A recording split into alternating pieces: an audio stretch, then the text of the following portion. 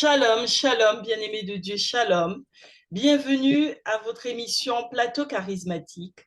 Aujourd'hui, je reçois pour vous le prophète Emmanuel qui vient nous parler ce soir du don de puissance. Bonsoir, prophète. Bonsoir, servante Rebecca. Comment allez-vous ce soir? Très bien. Amen. Alors, nous allons prier pour nous mettre en communion avec l'Esprit de Dieu. Amen. Père éternel et tout-puissant, je viens te confier ce moment, Seigneur.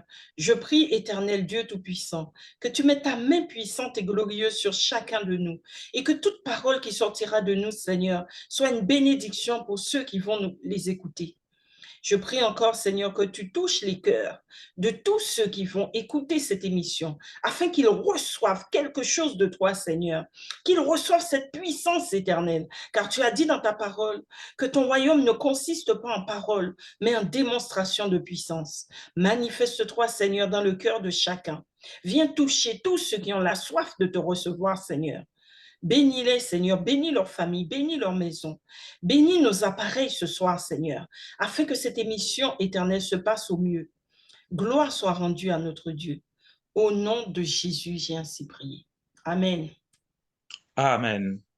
Alors, prophète, je vous laisse la parole. Vous venez pour nous parler du don de puissance. Exactement comme on était en train déjà de parler sur le don par rapport à l'utilité commune, Dieu nous a fait grâce. On avait fini avec le don d'inspiration. Et aujourd'hui, nous voulons parler sur le don de puissance. Nous pouvons déjà dire les dons de puissance. Nous pouvons voir trois dons à l'intérieur. Les dons de miracle, les dons de guérison et les dons de la foi. Lorsque nous lisons dans 1 Corinthiens 4 et 10, 1 Corinthiens 4 et 20 qui dit, car le royaume de Dieu ne consiste pas en parole, mais en puissance. Donc ces dons, c'est vraiment des dons qui sont importants, qui manifestent la puissance de Dieu, qui manifestent aussi la confrontation entre le monde impur et le monde de Dieu. Et Mhm. nous pouvons voir dans 1 Corinthiens 12, le verset 10, là on parle à un autre, le don d'opérer des miracles. Parce que nous voulons aujourd'hui parler sur le don d'opérer des miracles. On voit c'est en pluriel, il y a plusieurs formes de miracles que le don d'opération des miracles qui peut faire. Or, un miracle, c'est quelque chose qui est inattendu, quelque chose que les gens voient, c'est impossible, et Dieu peut réellement faire un miracle, comme nous voyons Ce qui est lorsque, impossible à l'homme. hein, J'ai dit ce qui est impossible à l'homme. est possible, impossible à l'homme, cela est réellement possible à Dieu. Comme on peut voir l'image de Lazare, lorsqu'il était mort, réellement tout le monde savait que Lazare ne pourrait jamais en aucun moment ressusciter, alors qu'il a fait 4 jours depuis qu'il était mort. On l'a aussi enterré. Même les amis le, le sœur de Lazare disait à Jésus qu'il sent déjà mauvais. Mais Jésus, lorsqu'il est venu dans Marc, dans Jean 11, le verset 43-44, il dit, ayant dit cela, il cria d'une voix forte, Lazare sort et le mort sort, les pieds et les mains liés, des bandes et les visages enveloppés de linge. Jésus leur dit, déliez-les et laissez-les aller. Nous voyons ça, c'est vraiment un miracle. Mhm. Parce que quelqu'un qui est mort, on sait que c'est fini pour lui. Et donc, cet don, c'est un don qui est bien, qui permet à la confrontation de deux mondes, le monde de Dieu et le monde de l'ennemi. Parce que nous comprenons que déjà, le diable, c'est lui qui détenait les clés de la mort et des séjours de mort. Cet miracle que Jésus avait fait, c'est ça qui a précipité aussi la mort de Jésus pour que le diable puisse multiplier les stratégies pour amener Jésus réellement à la croix. Parce que Lazare était resté après 4 jours. Et donc nous voyons beaucoup de foules de gens commencer à croire à Jésus par rapport à ces miracles. Donc nous voyons le don des miracles peut pousser réellement les inconvertis de croire que Dieu peut faire quelque chose dans leur vie. Et D'accord. nous pouvons dire que c'est un don qui se manifeste beaucoup aussi à travers le prophète, à travers les apôtres et à travers aussi les évangélistes. Nous voyons comme Moïse, un prophète, il avait la capacité d'ouvrir la mer Rouge. C'était impossible pour, et Pharaon savait qu'il devait les avoir devant l'eau. Mais le don d'opérer des miracles a fait que les eaux étaient ouvertes et le peuple de Dieu se sont traversés. Nous voyons aussi Élie, le prophète aussi. Lui aussi, il avait la capacité d'ouvrir les eaux avec son manteau. Et nous voyons aussi les apôtres dans Actes 5, le verset 12, qui dit beaucoup de miracles et de prodigues se faisaient au milieu du peuple par le main des apôtres. Ils se tenaient tous ensemble au portique de Salomon. De nous voyons qu'à travers le main des apôtres, à travers les impositions de main, beaucoup de gens avaient reçu réellement de miracles. Nous voyons aussi par rapport à l'évangéliste Philippe aussi, là nous sommes dans Acte 8, le verset 5 à 7, on dit, Philippe était descendu dans la ville de Samarie, il prêchait le Christ. Le foule tout entier était attentive à ce que disait Philippe lorsqu'ils apprirent et virent le miracle qu'il faisait, car des esprits impurs sortaient de plusieurs démoniaques et poussaient des grands cris, et beaucoup de paralytiques et de boités furent guéris. Nous voyons aussi, c'est dans aussi les évangélistes, Dieu les comble aussi de cet don d'opérer des miracles, parce qu'ils sont confrontés avec la foule lorsque ces personnes-là sont guéries, non pas pour la gloire des évangélistes ou des apôtres ou des prophètes, mais pour que ces personnes-là donnent leur cœur à Dieu. Donc c'est un don qui permet réellement à manifester la confrontation entre le monde des ténèbres et le monde de Dieu. Et l'Église a vraiment besoin de réclamer réellement ce don d'opérer des miracles pour que nous puissions dépeupler beaucoup de choses, beaucoup de personnes dans le royaume des ténèbres. Alors moi, j'ai une question, prophète, c'est que la parole de Dieu nous dit, voici les signes qui accompagneront ceux qui auront cru. Alors, ils guériront les malades, ils parleront d'autres langues, ils accompliront des signes et des prodiges, et donc des miracles et tout cela. Mm. Alors, ça, ce sont des signes qui accompagneront ceux qui ont cru Oh, en Fils de Dieu, en Jésus, qui ont oui, oui, cru en Jésus. Donc, moi, ma question, c'est que oui. par rapport à cette parole qui vient, qui nous explique, qui parle de la foi, donc de ceux qui ont cru, nous voyons Mm. que beaucoup de chrétiens, l'Église est peuplée de chrétiens, de gens qui se disent croyants, mais pourtant, la démonstration dont vous parlez de puissance, Mm. il n'y en a pratiquement pas. Quand je dis pratiquement pas, ça veut dire qu'il y en a très peu. Oui. Comment est-ce que vous expliquez cela?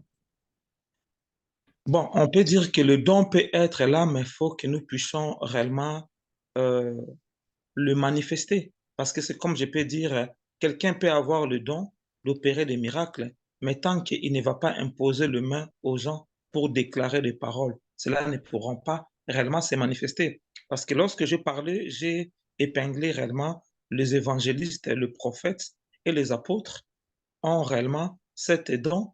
Dieu le donne pour manifester cela. Mais or, le texte que tu viens de me lire dans Marc 16, 17 à 18, cela parle réellement de gens qui vont croire, les gens qui seront baptisés. Mhm. Donc, nous comprenons que dans cet texte, Dieu dit, voici le miracle qui accompagneront ceux qui auront cru à mon nom. Ils chasseront les démons, ils parleront de nouvelles langues, ils saisiront des serpents, s'ils boivent quelques breuvages mortels, ne leur fera point de mal. Ils imposeront le main aux malades et les malades seront guéris. Mais sauf que l'Église ne met pas l'accent pour parler réellement au peuple de Dieu, qu'eux aussi, ils peuvent manifester réellement ce don. Mhm. Et des fois, il y a certains enseignements qui disent aussi aux gens, faut pas précipiter d'imposer le main aux gens pour ne pas participer à leur péché. Mais quand cet enseignement-là doit être en acte, Mhm. cet enseignement et en acte lorsque l'esprit n'était pas poussé. Mais il y a des personnes, lorsqu'ils sont baptisés par l'Esprit de Dieu, ces personnes-là, c'est l'Esprit de Dieu qui saisit leurs mains pour imposer les mains aux gens. Il est baptisé par le Saint-Esprit, il a cru au Seigneur Jésus-Christ, il est baptisé par immersion. Lorsqu'il sort, le Saint-Esprit se manifeste dans sa vie. On ne sait pas quel ministère qu'il a, mais le Saint-Esprit le saisit à la main pour réellement commencer à imposer les mains aux gens. Mais sauf que nous voyons dans ces cas-là, les anciennes viennent réellement interférer ce travail-là parce qu'ils ne comprennent pas comment l'Esprit opère. C'est pour ça que Dieu dit que nous devons demander que le Saint-Esprit puisse opérer en nous. Mais prophète, on sait que le Saint-Esprit, pour être baptisé du Saint-Esprit, c'est pas quelque chose d'automatique, puisque la parole de Dieu même dit que le Saint-Esprit distribue ses dons à qui il veut, puisqu'il est Oui. libre de donner à qui il veut. Donc, ça veut dire que malgré notre bonne volonté, même d'imposer les mains à quelqu'un, imposer les mains à quelqu'un ne veut pas dire que la personne va être baptisée ou va recevoir, puisque c'est le Saint-Esprit qui donne à qui il veut. Donc, ma question, c'est comment, ça revient à poser cette question, comment faire pour, est-ce qu'il y a quelque chose à faire pour recevoir le don, le baptême du Saint-Esprit, puisque le Saint-Esprit donne à qui il veut. Donc, moi, je me réponds à moi-même, je me dis, il faut la soif. Mais quelquefois, il y en a qui ont la soif et qui ne sont pas baptisés. Alors, comment est-ce que vous expliquez cela? Bon, on peut dire quelqu'un qui a la soif, qui n'est pas baptisé, on peut dire c'est par rapport à l'état de son cœur. Lorsque nous regardons la Acte des Apôtres, réellement 2, lorsque les apôtres étaient remplis réellement du Saint-Esprit, toutes ces personnes-là, et aussi, ils voulaient réellement recevoir cette grâce. Et l'apôtre Pierre qui était devant, le 12, qui disait à ces personnes-là, ces dons-là est pour tout le monde, à ceux qui sont loin compris, mais ce qui est important, vous devez vous repentir. Donc, je peux comprendre que beaucoup de gens, ils ont cet désir-là, réellement d'être baptisés du feu et du Saint-Esprit pour manifester certains dons ou certains talents, mais tant que le péché est en eux, tant qu'ils n'ont pas encore confessé certains péchés, ils peuvent demander, mais le Saint-Esprit ne pourra pas se manifester en eux. Mhm. Nous voyons même dans cet texte de Acte 8, lorsque les apôtres sont venus pour prier, parce que lorsque Philippe a prié pour eux, ils ont reçu réellement le miracle. Hein. La Bible déclare, aucun d'eux n'avait reçu le baptême du Saint-Esprit. Et donc, lorsque les apôtres ont compris cela, on a envoyé les apôtres pour venir leur imposer le main pour qu'ils reçoivent le baptême du Saint-Esprit. Et nous voyons que les apôtres avaient la capacité, lorsqu'ils imposaient la main aux gens, les gens devaient avoir le don, ils devaient être baptisés du feu et du Saint-Esprit. Lorsqu'ils imposaient le main aux gens, ces gens-là commençaient à parler en langue et à prophétiser. Et nous voyons lorsque Simon est venu, Simon, il a dit à ces hommes-là, est-ce que je peux vous donner de l'argent pour acquérir cette grâce-là? Pierre dit, je vois que tu es dans une fielle d'iniquité. Répands-toi parce que ces choses-là n'est pas à l'argent. Nous voyons que tout ce temps que Simon le magicien était à côté de Philippe, Philippe avait cru que cet homme-là avait réellement confessé tous ses péchés, mais lorsque l'onction apostolique était arrivée, ils ont vu que cet homme avait encore des choses dans son cœur. Et même cet homme aussi était aussi triste et dit, mais apôtre, priez pour moi, ces choses ne viennent pas. Parce que c'est comme si cet esprit d'iniquité était caché réellement dans la vie de Simon le magicien pour réellement l'empêcher réellement d'être réellement converti. Et nous voyons aujourd'hui beaucoup de personnes, ils ont un esprit d'iniquité en eux et même ils ne sont pas au courant. Donc nous voyons que le fait d'avoir cela, il faut réellement confesser réellement nos péchés pour que les choses puissent se faire. Parce qu'imagine un peu, même dans Acte 19, ces gens-là qui étaient allés prier pour cette personne qui était possédée, ils ont dit, nous venons au nom de Paul pour te chasser. Cet homme me dit, mais moi je connais Paul, je connais aussi Jésus, mais vous, je ne vous connais pas. Et le démon disait que leur père était prêtre exorciste. Lorsque le démon les a regardés, il a vu le lien qui se trouvait en eux. Et à travers ce lien-là, cette personne qui était possédée, il les a tapés, les a déchirés, tous les vêtements sont enfuis. Et les autres personnes, ils ont compris que ces enfants-là, cette fille de CV, ils ont fait mal la chose. Il fallait d'abord qu'ils puissent se repentir avant de faire le travail. Et il déclare, toutes ces personnes-là venaient confesser leurs péchés publiquement et ils amenaient aussi leurs livres magiques. Et il déclare que beaucoup de gens avaient cru à cela et la parole de Dieu était réellement euh, éparpillée partout. Pourquoi? Parce que les gens amenaient réellement leurs livres et confessaient. Et nous voyons aujourd'hui, beaucoup de gens viennent à l'église, mais ils ne veulent pas confesser leurs péchés. Ils veulent que les hommes de Dieu, que nous puissions avoir la révélation par rapport à leurs péchés. Or, c'est Dieu qui nous fait voir les choses lorsqu'il veut. Mais si vous dites que la personne peut avoir peut avoir quelque chose de mauvais sans le savoir, donc la personne ne peut pas confesser ce qu'il ne sait pas. Oui, d'autres personnes, comme le cas de Simon le magicien, lui croyait que tout était bon. Mais pour le cas des gens qui étaient venus avec l'apôtre Paul, ils savaient ce qui était en eux lorsqu'ils ont compris la manière dont les sept fils étaient tapés. Ils ont compris que pour venir auprès de Dieu, pour qu'ils rendent dans la vie nouvelle, ils devaient confesser leurs péchés. Ils devaient aussi amener certains livres ou certains objets magiques qu'ils avaient dans leur maison. Parce que moi, des fois, j'ai aussi des cas comme ça, des gens compris, mais à un moment donné, ils voyaient que dans leur maison, ils ne dormaient pas bien. Et un jour, ils se sont rendus compte qu'il y avait des objets bizarres dans leur maison. Mm. Et lorsqu'ils m'ont amené ces objets, on a brisé. Ils voient maintenant, ils arrivent à bien dormir dans leur maison. Donc, parce qu'il y a certaines choses que nous avons qui peuvent aussi empêcher réellement la manifestation des dons, des miracles en nous.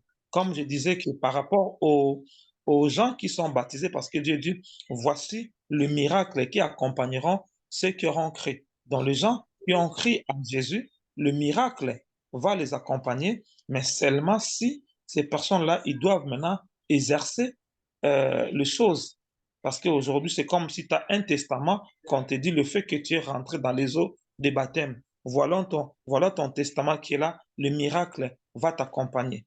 Mais si toi maintenant, tu ne veux pas utiliser le testament qu'on t'a donné, donc tu ne pourras pas aussi réclamer la chose. Donc il faut d'abord essayer de l'exercer. Si ça ne marche pas, tu vas dire à Dieu, mais Dieu, tu as dit que le miracle va m'accompagner. Mais pourquoi j'ai prié, je n'ai pas vu de miracle? C'est là où Dieu maintenant pourra te dire, le miracle ne s'est pas fait à cause de ça et de ça. D'accord, d'accord. Mhm. Donc, c'est vraiment un don qui est important. L'Église a besoin réellement de les réclamer, que le Saint-Esprit manifeste cela et ces dons-là soient opérationnels. De aussi enlever aussi la peur lorsque quelque chose est là, tu peux prier. Moi, je sais que lorsque j'ai commencé à prier, moi, j'exerçais ce que je voyais mon pasteur faisait lorsque j'ai retourné à la maison. Tout ce qu'on m'enseignait, moi aussi, je le faisais. Je vois mon pasteur, il impose les mains aux gens. Là, j'arrive à la maison, je vois mon frère est malade. Je lui impose la main, je prie. Et c'est comme ça que les choses ont commencé à se manifester. Mhm. Mhm. Parce que beaucoup de gens vont la perdre. Parce qu'il dit, bon, comme je ne suis pas serviteur de Dieu, je ne suis pas serviteur de Dieu, donc je ne peux pas l'exercer. Parce que lorsque je le ferai, il y aura une confrontation. Mais Mhm. or, nous voyons que lorsque Dieu avait dit aux apôtres réellement d'aller d'abord, il a dit de chasser d'abord, après de guérir les malades. Donc on peut dire, avant réellement d'imposer les mains, il faut d'abord chasser l'esprit qui se trouve à l'intérieur. Après, on impose la main.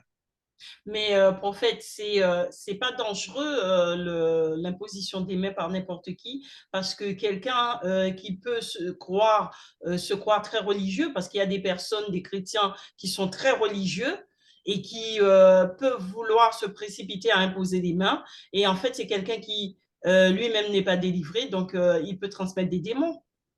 Oh oui, exactement. Exactement. Exactement. Parce que lorsque nous imposons le main aux gens, les choses qui se trouvent en nous qui sont mauvais et ceux qui sont bons vont aussi être transférés dans la vie de la personne. Mhm. C'est pour ça qu'on dit qu'on ne doit pas être pressé d'imposer le main, parce que lorsqu'on impose le main à la personne qu'on a imposé le main, les esprits qui se trouvent en lui vont aussi entrer en toi pour te combattre. Mhm. Ça peut En fait, arriver ça que marche là, dans les deux sens. En imposant les mains, je transmets, mais je peux aussi récupérer.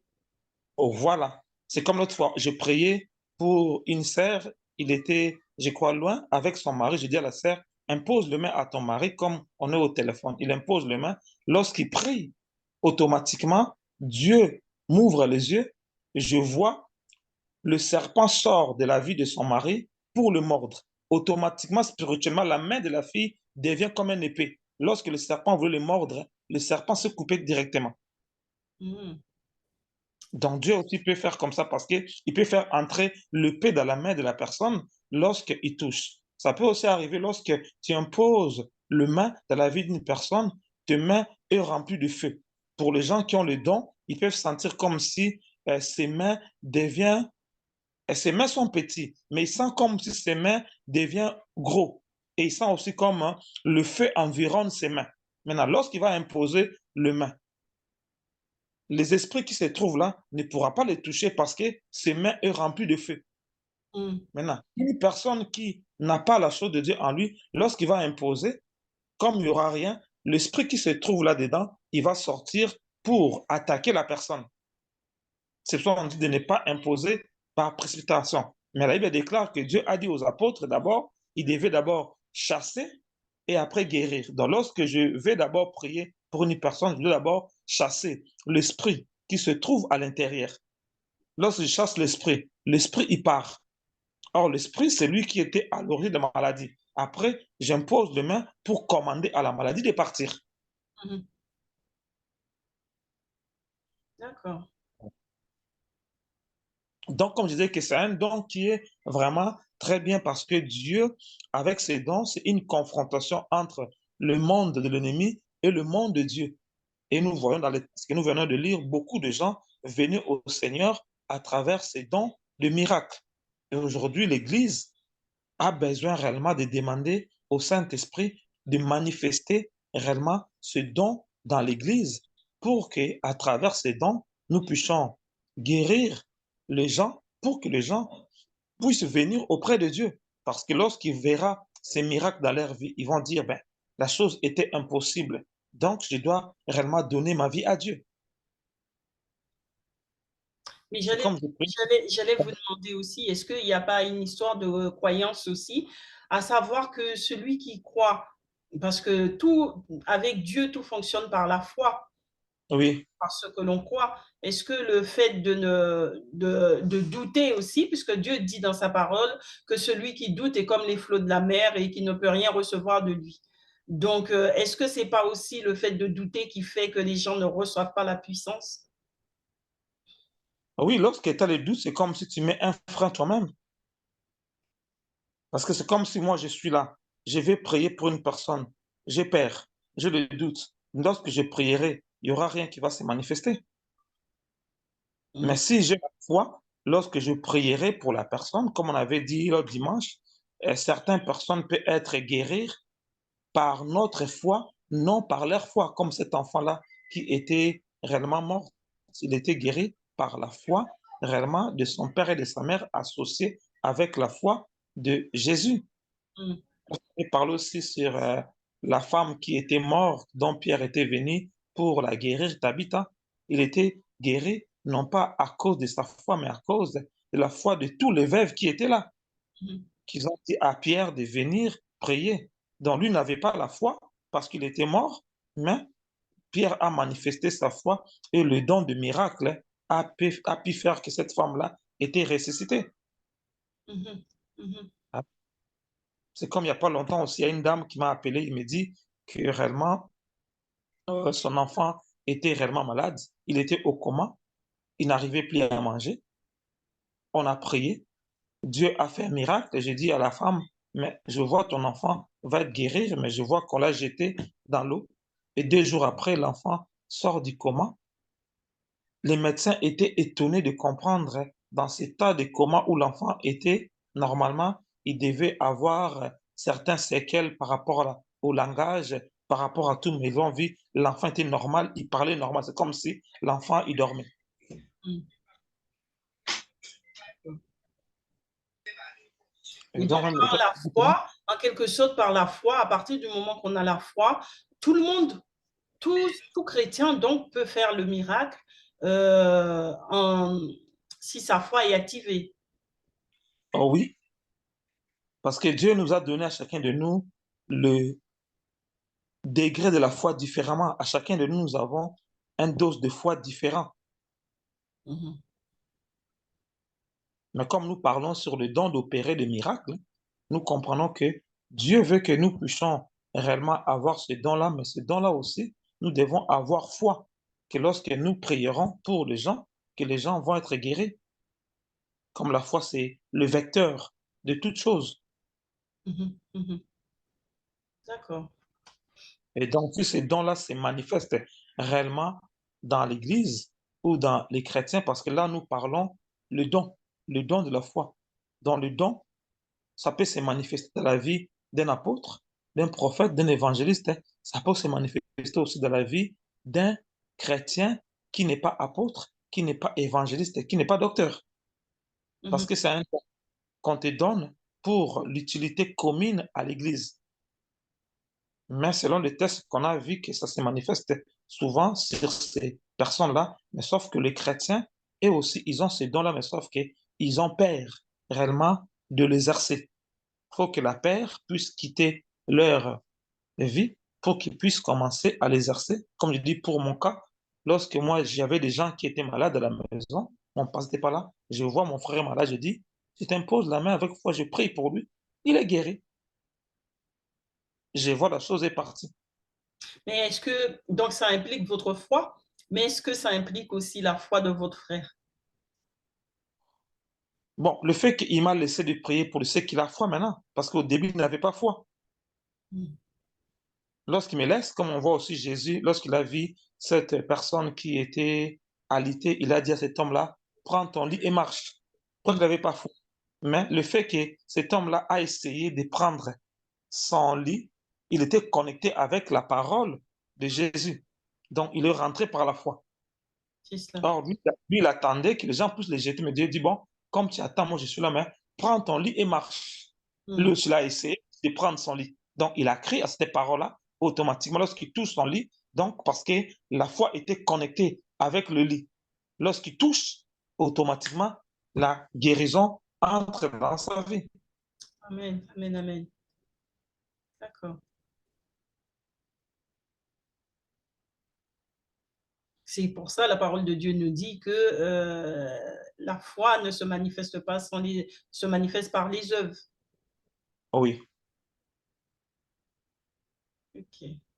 Donc en quelque sorte, comme vous disiez, il faut appliquer. Donc on a la foi, on sait qu'on croit en Dieu, mais au lieu de rester à attendre que Dieu agisse en nous, que Dieu fasse le miracle en nous, c'est à nous de manifester cela en l'exerçant. en l'exerçant en fait. Hmm. Comme D'accord. on peut dire, bon, on peut dire aussi que les gens peuvent avoir cela, mais il faut qu'ils puissent être à côté des gens qui exercent déjà cet don-là pour voir comment ces dons-là opèrent. Mais sauf que beaucoup de gens, ils lisent la parole de Dieu, mais ils n'ont pas vécu avec des gens qui exercent ces dons-là dans leur vie ou dans leur ministère. Mhm. Donc, ces personnes-là, ils seront en retard d'exercer ces choses-là. Pourquoi? Parce qu'ils n'ont pas vu un modèle devant eux. Mais les apôtres pouvaient l'exercer rapidement parce qu'ils étaient chaque fois avec Jésus. Ils écoutaient la théorie et le pratiquent au même moment. Sauf qu'aujourd'hui, nous voyons que l'Église donne beaucoup de théories, moins de pratiques. Mhm. Donc, lorsqu'on donne les théories, nous devons aussi faire le pratique, donc aller dans le champ des batailles. Ça veut dire qu'on va maintenant, on dit, bon, comme on a appris ça, bon, les gens qui sont là maintenant, on commence à leur imposer les mains pour voir comment ça va se manifester. La Mhm. personne maintenant, il prie. Lorsqu'il prie pour 2 fois, il voit ça marche, ça marche. Après, ça commence aussi à augmenter la foi en elle. Il s'est dit, ben, c'est que ces choses-là est en moi. Ou bien aussi, par rapport au fait que nous prions, le ministère prophétique est là où les gens qui ont les dons de prophétie, ils peuvent aussi savoir qu'un tel, Dieu l'a donné réellement le don de opérer des miracles. Mais lui, il ne sait pas. Les personnes qui ont cette grâce-là, ils vont savoir à cet homme-là, il a le don d'opérer des miracles. Donc, quand on te donne pour un miracle, hein, on te met maintenant devant les gens parce que nous, Dieu nous dit que ce don-là est en toi. Maintenant, on prie pour la personne pour activer ce don d'opérer des miracles dans sa vie. Lorsqu'on l'active, maintenant, on met des personnes devant qu'ils prient pour eux. C'est quand on était avec des gens, on a prié, on a vu que la personne avait le don de louange et de jouer des instruments. Lorsqu'on a fini de prier, on dit, bon, va maintenant jouer les claviers. La fille ne savait pas, mais lorsqu'il touche les claviers, il commence à jouer comme s'il avait déjà appris ça. Donc, on a prié, l'esprit l'a saisi, on le met aussi en pratique, il commence à jouer. Au début, il n'arrivait pas, on a commencé à prier, après, il a commencé à jouer très bien. Or, il n'a jamais fait réellement le conservatoire pour apprendre un instrument, mais parce qu'on a vu qu'il avait ces dons-là.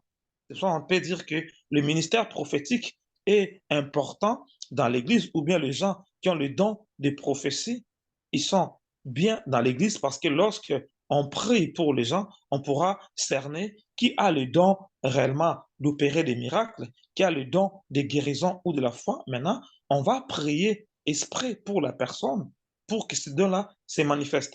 Or, ce don-là, or, s'il n'y a pas ces ministères-là, ça veut dire tout le monde va maintenant commencer à prier. Seigneur, je prie, donne-moi les dons intels. Donc, tu pries en cascade. Mais or, s'il y avait les, les, en fait, les prophètes ou le don des prophéties, on pouvait savoir que pour toi, Dieu nous fait voir que tu as cet don-là. Au lieu de courir à gauche, à droite, toi, sois focalisé. Ta prière seulement, dis à Dieu, Seigneur, je veux que le don d'opérer des miracles puisse se manifester à moi. Et nous aussi, on va prier pour lui. Lorsqu'on prie, bon, un cas qui est là, on dit, bon, le cas qui est là, c'est toi qui vas prier. On le laisse, il prie. Lorsqu'il prie, il voit, la personne est guérie. Demain encore, une personne, il vient encore, on dit, c'est toi qui vas encore prier. Lorsqu'il va le faire 5 fois ou 10 fois, il aura l'assurance, même lorsqu'il y aura quelqu'un qui est là, qui est malade, qui a un problème, il va réellement prier pour lui. Il va dire que la même grâce qui m'a accompagné ce jour-là, je vais aussi le faire. Parce que nous voyons, comme le cas de Philippe, lorsqu'il a prié, il y avait des formes de personnes qui avaient opéré, il y avait des miracles. Il y avait des paralytiques, des boités et des aveugles. C'est comme si dans ce don d'opération pour Philippe, réellement, il avait la capacité de faire le miracle pour les gens qui sont aveugles, les gens qui sont boités et les gens qui sont paralytiques. D'accord. Eh bien, prophète, on arrive donc au terme de notre émission. C'est très intéressant tout cela, mais Mm. on arrive à la fin, donc je vais vous demander de conclure et ensuite d'enchaîner sur une prière pour nos téléspectateurs afin qu'ils puissent recevoir le don de puissance. Amen. Donc, comme conclusion, je peux seulement dire que le don de, le don d'opérer des miracles, hein, c'est pour tout le monde parce que Dieu a dit que c'est un don pour l'utilité commune. Mais ces trois ministères peuvent aussi le manifester souvent parce qu'ils ont ça. Mais si toi aussi, tu désires avoir ces dons-là, peut-être ces dons-là est déjà en toi, nous devons prier pour ça va se manifester. Mais certains aussi, ils ne peuvent pas aussi avoir ces dons-là, mais ils peuvent aussi avoir ces dons-là par communication, par l'imposition des mains. Comme on peut voir, la Bible déclare que Moïse avait l'esprit de sagesse lorsqu'il a imposé ses mains réellement à son fils, réellement Josué. Josué aussi avait reçu la même grâce. Amen. Donc certains dons, Dieu ne nous a pas donné, mais on peut aussi les recevoir par l'imposition de main d'une autre personne. Et si Dieu veut que cela nous puissions l'avoir, ça doit être notre partage. Je vais prier. Tendre Père, je prie, toi le Dieu puissant, le Dieu redoutable. Toi qui dis, tu nous donnes réellement le don d'opérer des miracles pour avoir une confrontation entre le monde des ténèbres et le monde de Dieu, pour que les gens puissent venir auprès de toi à travers ces miracles. Père, je prie pour toutes les personnes qui ont réellement ce don et ce don qui dort encore dans leur vie. Je prie maintenant que ce don commence à se manifester au nom de Jésus. Je brise toute puissance qui empêchait réellement ce don de se manifester. Toi qui dis, voici le miracle qui accompagneront ceux qui auront cru. Père, je prie, là où mon frère avait des gants dans ses mains, et ces gants empêchaient que lorsqu'il imposait le main, que le miracle opérait. Je prie maintenant, j'enlève maintenant ces gants au nom puissant de Jésus-Christ. Je prie que la manifestation de ces dons se manifeste dans sa vie. Et lorsqu'il se manifeste, oh mon Dieu, mon roi, lorsqu'il va prier, que le miracle puisse opérer au nom de Jésus-Christ pour que la gloire revienne à Dieu, pour que le peuple croit que Dieu est réellement vivant. Dans le nom puissant de Jésus-Christ, je prie, oh mon Dieu, mon roi, que le ciel s'ouvre et que la puissance de Dieu commence à parcourir la vie de chaque personne. Et je prie maintenant aussi pour toutes ces personnes qui sont malades, qui sont infirmes, qui ont un problème, qu'ils veulent un miracle. Je prie que le vent de l'Éternel, la nuée de l'Éternel descend et rentre dans leur corps. Et je proclame le miracle au son de ma voix. Je commande à tout esprit d'infirmité, à tout esprit de la maladie qui se trouvait, tout esprit de mort, je le commande de se manifester et de sortir dans leur vie au nom puissant de Jésus. Et je réclame la gloire de Dieu, la divinité de Dieu, la guérison de Dieu, le miracle entre dans leur vie, que le mouvement qu'ils n'arrivaient pas à faire auparavant, ils commencent à le faire au nom de Jésus-Christ. Amen. Amen. Eh bien, je vous dis merci, prophète, pour ce bel enseignement. Que chacun, je souhaite que chacun reçoive cette parole avec puissance et que le Seigneur puisse surtout faire pleuvoir sur son peuple tous ceux qui vont suivre cette émission, qu'ils reçoivent le Saint-Esprit et qu'ils soient baptisés de son feu pour recevoir la puissance. Amen. Que nos paroles, tout ce qui a été dit, soit vraiment une pluie de feu sur les enfants de Dieu, sur tous ceux qui écouteront, surtout avec foi et qui croiront, afin qu'ils reçoivent la puissance du Saint-Esprit et qu'ils puissent désormais opérer des miracles autour d'eux, surtout dans l'Église où ils sont, parce que les Amen. sont pour l'Église. Amen. Amen. Eh bien, prophète, je vous dis à bientôt. À bientôt, servante Martine. Mais je remercie tous les téléspectateurs de nous avoir suivis ce soir et je vous invite chacun à vous connecter, à vous abonner à cette page Plateau Charismatique et surtout faites connaître, faites passer les émissions pour que les autres aussi autour de vous soient bénis. Merci, à bientôt. À bientôt.